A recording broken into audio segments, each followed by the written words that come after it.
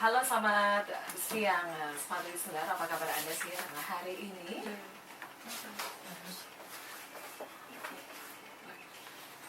Ya, halo selamat siang Smart Listener, apa kabar Anda siang hari ini? Ya, kembali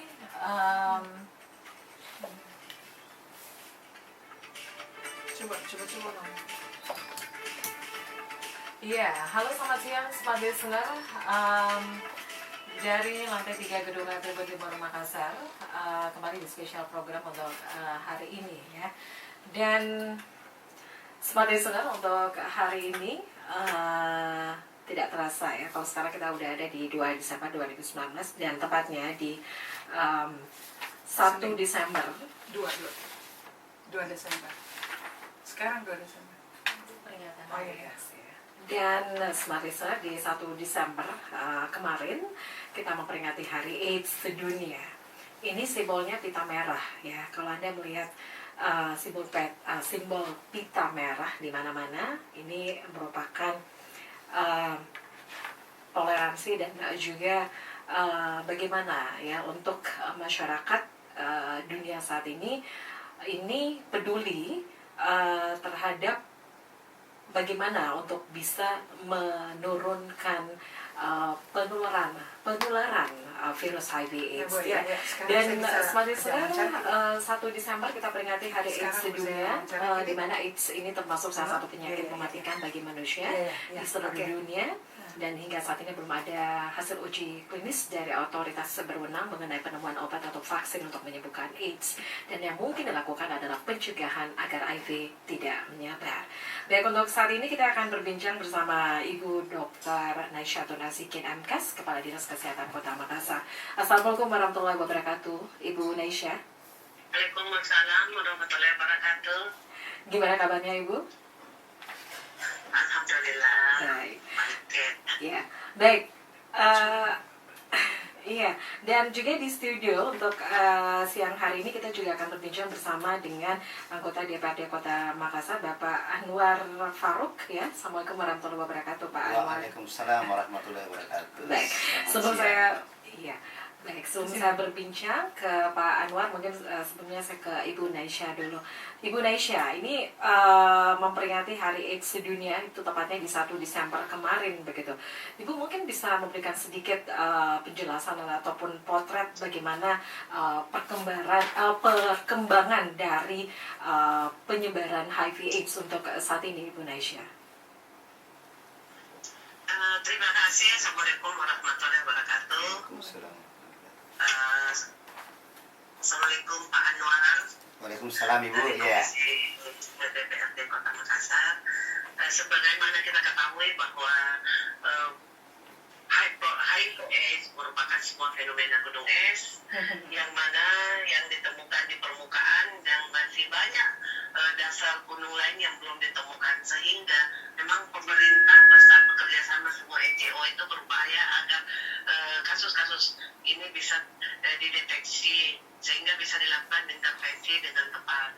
Nah, kalau melihat perkembangan prevalensi kasus HIV di Kota Makassar dari 2017 itu ada 1000 lebih, 1032, 2018 772, dan di Makassar sendiri sampai bulan Juni itu sudah 400 kasus. Nah, itu penemuan kasus-kasus baru setiap tahunnya. Kita harapkan kasus-kasus baru ini semakin menurun. Namun dengan melihat masalah fenomena gunung es, bisa saja dengan kasus yang ditemukan itu masih banyak kasus yang belum terdeteksi. Kenapa? Oleh karena masih tingginya stigma dan diskriminasi terhadap penderita HIV yang ada di Kota Makassar. Ibu Naisya, kalau melihat saat ini untuk tren perkembangan penularan dari HIV/AIDS ini sendiri itu seperti apa, Ibu? Ke wanita kah, ke ibu rumah tangga kah, atau seperti apa, Ibu? Jadi memang sebagaimana kita ketahui, penularan virus HIV itu bisa melalui beberapa cara. Yang pertama melalui hubungan kontak darah. Misalnya luka dengan luka, ada luka, ada darah. Kemudian kontak dengan orang yang juga ada kontak darah, luka. Itu bisa. Jadi kalau tidak ya nggak usah takut, nggak ada masalah. Jadi harus ada luka terbuka, atau dulunya yang sering dikenal melalui transfusi, tapi transfusi itu sudah bukan lagi media untuk penularan HIV karena semua hasil pemeriksaan donor darah itu sudah di screening. Insya Allah tidak ada bebas dari virus. Kemudian yang kedua yang terbanyak adalah melalui hubungan seks. Nah, hubungan seks baik yang normal maupun yang tidak normal, lelaki suka lelaki, homoseksual, waria, ini yang menimbulkan masalah saat ini dan inilah yang tertinggi sekarang. Nah, yang masalah hubungan darah kemarin itu paling banyak akibat penggunaan jarum suntik secara bersamaan. Pengguna narkoba suntik satu orang membagi-bagi biasanya mereka berkelompok 10 orang, satu yang positif menular ke 10 orang karena jarum suntik berganti-gantian dipakai. Tapi kalau narkoba suntik sudah mulai menurun sekarang.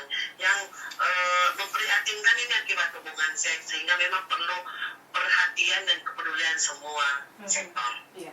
Ibu, tadi seperti diinformasikan ya, untuk tren untuk HIV AIDS sendiri ini mengalami peningkatan setiap tahunnya begitu. Untuk penderitanya sendiri, untuk mereka yang tertular itu kebanyakan laki-laki kah atau wanita atau seperti apa, Ibu? Ibu rumah tangga kah atau seperti apa? Tren dari kasus yang ada, analisa kajian kasus yang ada, yang terbanyak itu adalah pada laki-laki. Dan yang lebih banyak tertinggi pada laki-laki, dan yang paling memprihatinkan terbanyak pada usia produktif. Ini kan memprihatinkan. Aspek bagaimana aspek ekonomi ke depan, usia produktif tetapi menderita penyakit-penyakit seperti ini. Nah, yang terbanyak juga laki-laki. Nah, banyak hal yang bisa menyebabkan penularannya. Nah, ini yang perlu lakukan intervensi secara tepat. Nah, ini yang kita berusaha bagaimana lakukan pemeriksaan pada kelompok beresiko. Kalau kita sudah tahu pada kelompok mana saja yang terbanyak, intervensi itu bisa lebih tepat, penyuluhan bisa lebih tepat sasaran. Termasuk ya bisa saja ibu rumah tangga. Sudah ada program nasional termasuk Makassar. Semua ibu hamil harus pemeriksaan HIV sehingga bisa memutuskan mata rantai penularan dari ibu ke anak. Dan itu di Makassar sudah, ibu hamil yang positif bisa melahirkan anak yang negatif. Ibu, kalau semuanya untuk keberadaannya sendiri itu seperti apa, Ibu? Kalau semuanya mereka tertular begitu, untuk pemeriksaannya itu bagaimana untuk proses pemeriksaannya? Kalau untuk pemeriksaannya, deteksinya, biasanya teman-teman kita bekerja sama dengan kelompok-kelompok relawan dari LSM, NGO yang peduli HIV.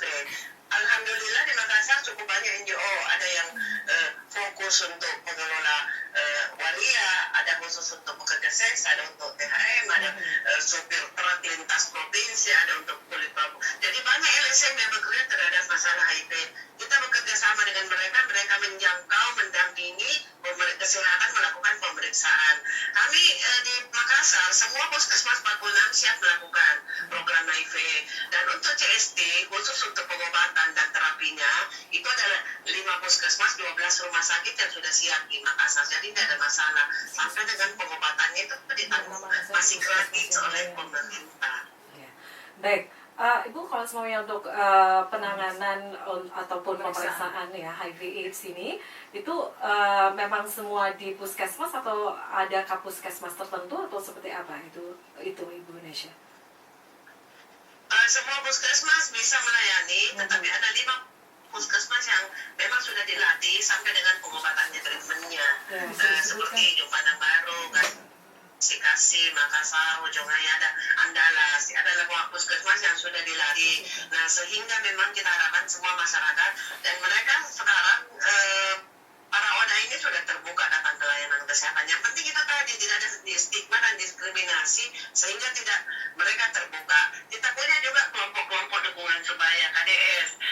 Adik-adik yang positif HIV itu membentuk kelompok. Mereka mendampingi kalau ada ODA-ODA yang baru, orang dengan HIV yang baru, sehingga mereka tidak tidak melakukan bagaimana memelihara virus dalam tubuhnya, tidak menularkan ke orang lain. Itu ada kelompok-kelompok pendampingan seperti itu. Nah, itu kenapa bisa kalau tidak ada stigma dan diskriminasi. Oke. Ibu, untuk dari program-program yang dijalankan untuk saat ini kan tentunya dari 2018 ke 2019 ini gimana Ibu dari evaluasi yang dilakukan? Dari beberapa program, apakah itu bisa efektif Kalau begitu. dibahaskan 772 kasus, Iya. ini sampai Juni sekarang sudah 404. Itu yang terdeteksi positif, yang terdeteksi dari 23 ribu yang diperiksa. Nah, yang positif 400-an. Nah, ini yang positif, tapi yang belum terdeteksi.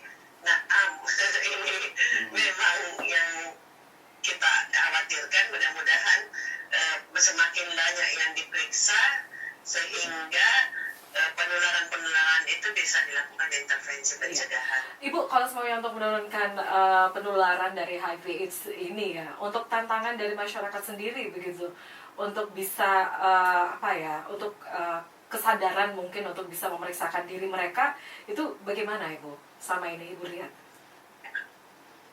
Ya, itu tadi. Karena pemeriksaan HIV itu harus melalui VCT, voluntary counseling testing, harus diwawancara secara sukarela, apakah mereka bersedia atau tidak. Nah, kita harapkan kalau memang mereka merasa pernah ada kontak atau apa itu bisa memeriksakan diri secara terbuka di semua layanan kesehatan yang ada. Pemerintah siap untuk menyiapkan layanan-layanan itu di seluruh puskesmas. Kalau dulu kan biasanya masih masyarakat itu biasanya masih mungkin malu begitu Ibu ya, apalagi kalau mereka Nah itulah itu, karena adanya stigma, diskriminasi. Nah kita fokus sekarang bagaimana sumber penularan, yaitu pada kelompok-kelompok beresiko.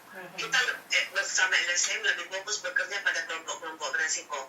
Kelompok resiko seperti pekerja THM, pekerja seks, waria, kelompok-kelompok dan lain-lain sebagainya yang rawan terjadi hubungan-hubungan seks misalnya. Itu yang kita lebih fokus sekarang. Oke. Untuk program-program dari Dinkes sendiri, Bu?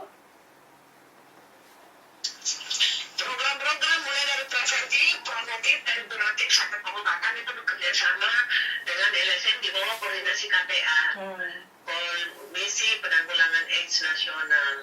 Nah tadi juga di pemerintah kota, ketua KPA kan Pak Wali Kota, tadi di kantor Wali Kota ada upacara peringatan Hari AIDS Sedunia. Oke, Ibu, mungkin ini juga menjadi untuk tantangan kedepannya dari Dinas Kesehatan untuk bisa menekan ya penyebaran dari virus HIV/AIDS ini. Apa yang menjadi tantangan? Mungkin himbauan juga kepada masyarakat begitu, Ibu Naisha. Iya, silakan Ibu. Nah itu tadi yang kita harapkan adalah yang pertama tidak ada stigma diskriminasi dari masyarakat. Apabila ada keluarga ataupun kelompok-kelompok yang seperti itu untuk didorong untuk melakukan pemeriksaan kesehatan, bukan malah dikucilkan. Sehingga penderita HIV itu sama dengan penderita penyakit lainnya yang bisa menulari siapa saja. Sehingga itu yang paling penting, dukungan masyarakat bahwa itu bukan akhir dari segala-galanya, tetapi bisa menular ke siapa saja yang ada, sama dengan penyakit-penyakit lain yang ada di Indonesia, penyakit menular lain yang ada. Baik, Itu Ibu. paling penting. Baik, Ibu. Jadi memang lindungi dan cegahlah keluarga dari HIV/AIDS, begitu ya Ibu Naisha. Baik. Memperkuat ketahanan keluarga. Baik. Menghindari hal-hal yang bisa terjadi. Yang pertama, menggunakan narkoba suntik. Yang kedua, hubungan seks yang tidak legal. Nah, sehingga kita harapkan para keluarga lebih bisa memperhatikan keluarganya apabila terjadi perubahan-perubahan perilaku kulit. Apabila terjadi perubahan perilaku kepada keluarganya, untuk dilakukan antisipasi usaha agar tidak terjadi penularan HIV yang tidak diinginkan. Nah ini yang paling penting. Perhatian dan kepedulian keluarga, memperhatikan keluarganya. Apabila terjadi perubahan-perubahan perilaku, misalnya jangan sampai sudah terjadi LGBT, nah keluarganya tidak paham. Nah ini kan yang menjadi perhatian. Hubungan-hubungan seks yang tidak legal. Ini harus menjadi perhatian utama kita gitu ya. Baik, Ibu Naisha, terima kasih untuk informasinya Ibu. Makasih ya. Hati-hati di jalan Ibu, semoga selamat sampai ke tempat tujuan Pak. Baik, terima kasih Ibu Naisha Tunazikin, Kepala Dinas Kesehatan Kota Makassar. Baik, kita juga akan ngobrol ya di siang hari ini, Smart Listener, masih dengan topik kita, lindungi dan cegahlah keluarga dari HIV/AIDS ya. Tadi kita juga sudah berbincang bersama Ibu Naisha Tunazikin, MKes ya, beliau merupakan Kepala Dinas Kesehatan Kota Makassar. Jadi memang kita harus melakukan pengawasan ya, perhatian apabila terjadi perilaku yang memang tidak semestinya begitu ya, apalagi kalau di keluarga kita gitu. Kita masih bersama kami dan kita masih membahas ya untuk memperingati Hari AIDS sedunia yang kita peringati 1 Desember 2019 kemarin, lindungi dan cegahlah keluarga dari HIV/AIDS ya. Baik, kami masih menantikan Anda juga untuk bisa berinteraksi di 833-225, kemudian untuk line SMS atau WhatsApp di 0811 41011 ya. Tadi kita sudah berbincang juga bersama dengan Ibu Naisha Tunazikin yang mengatakan bahwa dari tahun ke tahun ini terjadi tren peningkatan ya untuk mereka yang tertular HIV/AIDS. Baik, saya kembali ke Pak Anwar Farouk, anggota DPRD Kota Makassar. Pak Anwar, ini Ibu Naisha tadi mengatakan itu berbagai upaya juga sudah lakukan ya melalui program-program yang sudah lakukan untuk menekan ya penyebaran virus HIV/AIDS ini. Kalau dari Pak Anwar sendiri melihat bagaimana dengan program ataupun strategi dari pemerintah khususnya dari Dinas Kesehatan untuk bisa menekan penyebaran HIV/AIDS ini, virus HIV/AIDS ini, Pak Anwar? Silakan. Assalamualaikum warahmatullahi wabarakatuh, Mbak Mirsa dan para pemirsa Smart FM. Kalau menurut saya bahwa sekarang ini pemerintah sudah melakukan langkah-langkah yang bagus untuk bisa menanggulangi adanya HIV/AIDS ini, juga langkah-langkah pencegahan.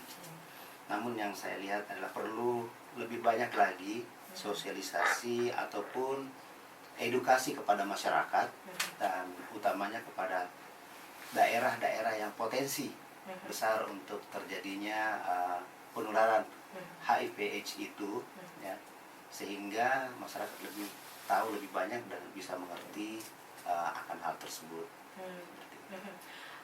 Kalau dari hasil pengamatan gitu ya, kalau Bapak sendiri melihat untuk tren perkembangan begitu untuk HIV/AIDS sendiri, ini seperti apa sih kalau menurut Pak Anwar sendiri, kalau melihat tren perkembangan dari orang-orang yang tertular penyakit virus HIV/AIDS ini? Baik, tentunya data yang valid itu kan dari Dinas Kesehatan. Tadi disampaikan sudah bahwa cenderung menurun dari ininya yang terdaftar, terdaftar terlist bahwa menderita HIV. Yang sekarang ini terakhir di 2019 ini tadi disampaikan oleh dokter itu adalah 400 orang ya. Namun tidak menutup kemungkinan karena ini ibaratnya ini yang positif gitu ya? Iya, ini yang positif gitu yang ya? positif. Itu 400 kan. Dari 2018 kemarin 700 turun menjadi 400. Nah, ini menunjukkan bahwa semakin sedikit ya orang yang terinfeksi, tetapi tidak menutup kemungkinan bahwa yang terpapar itu tersembunyi. Jadi disampaikan tadi sama dokter itu ibarat fenomena gunung es, puncaknya sedikit tapi di bawahnya banyak gitu. Nah, ini membutuhkan edukasi maupun akseptabilitas dari kita, dari masyarakat ini untuk menerima atau membesarkan hati orang-orang yang terpapar penyakit itu, sehingga mereka mau untuk pergi berobat, tidak bersembunyi ya, atau terkucilkan. Kalau ketahuan seperti itu dan dikucilkan itu akan berdampak lebih buruk lagi, karena bisa saja mereka berpikir kenapa saya saja yang menderita ini, akhirnya itu ditularkan. Nah, penularannya kan itu tadi melalui luka, terpapar luka baik itu oleh jarum suntik maupun oleh luka langsung ataupun dengan hubungan seksual seperti itu. Nah, yang lebih kita harus perhatikan lagi adalah bagaimana case-case LGBT yang marak sekarang ini. Nah, itu juga merupakan pintu dari penularan dari HIV/AIDS ini.